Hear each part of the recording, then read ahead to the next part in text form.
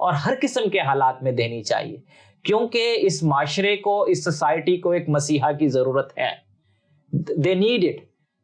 اور اس کی گواہی ہمارے پاس ہے جو ہمیں اس دنیا کو پہنچانی ہے، کیونکہ دنیا گناہ میں ہے، دنیا تاریکی میں ہے، لیکن وہ روشنی کی خبر کلیسیا کے پاس ہے، جو کلیسیا اگر چاہے تو بہادری سے، دلیری سے اور کنوکشن کے ساتھ اس دنیا کو کے ساتھ شیئر کر سکتی ہے، تاکہ مسیحت کا پیغام بڑھتا جائے اور گناہ کی اور ابلیس کی ایک سینس میں شکست ہو. جی، تو اب ہمارے شو کا اختتام ہے اور ہمارے شو کا وقت ختم ہو جاتا ہے. میں آپ تینوں کی بہت شکر گزار ہوں کہ آپ نے اپنا قیمتی وقت ہمیں دیا. جی ناظرین، امید کرتی ہوں کہ آج کے پروگرام سے آپ نے بہت کچھ سیکھا ہوگا. میں اپنی اور اپنی ٹیم کی جانب سے آپ سب کو ایسٹر کی بہت مبارکباد پیش کرتی ہوں، ایک اور خوبصورت گیت کے ساتھ جو کہ بھائی لابن اور ان کی ٹیم کی طرف سے ہے. ہم آپ سے اجازت چاہتے ہیں. اپنا خیال رکھیے گا. خدا حافظ.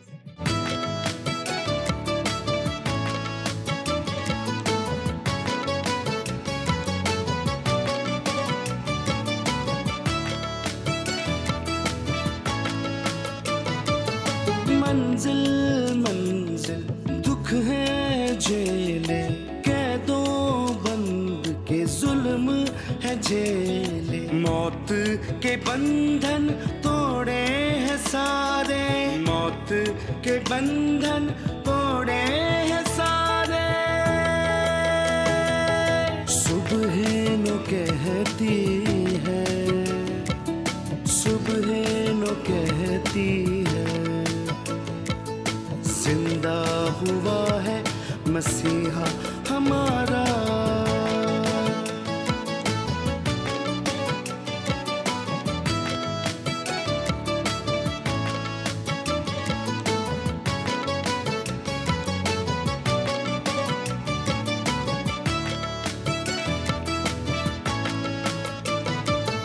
گلشن گلشن گاتے پنچھی، میرا مننجی زندہ مثالی، فاتح مسیحا کی دیتے گواہی، فاتح مسیحا کی دیتے گواہی. صبح نو کہتی ہے، صبح نو کہتی ہے، زندہ ہوا ہے مسیحا ہمارا.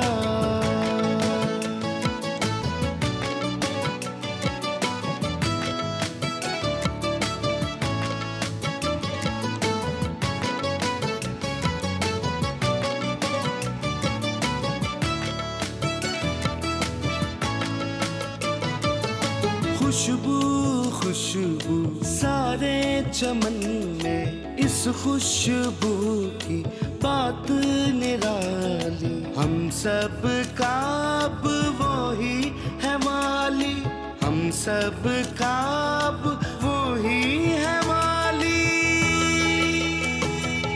صبح نو کہتی ہے، صبح نو کہتی ہے، صبح نو کہتی ہے، صبح نو کہتی ہے، زندہ ہوا ہے مسیحا ہمارا.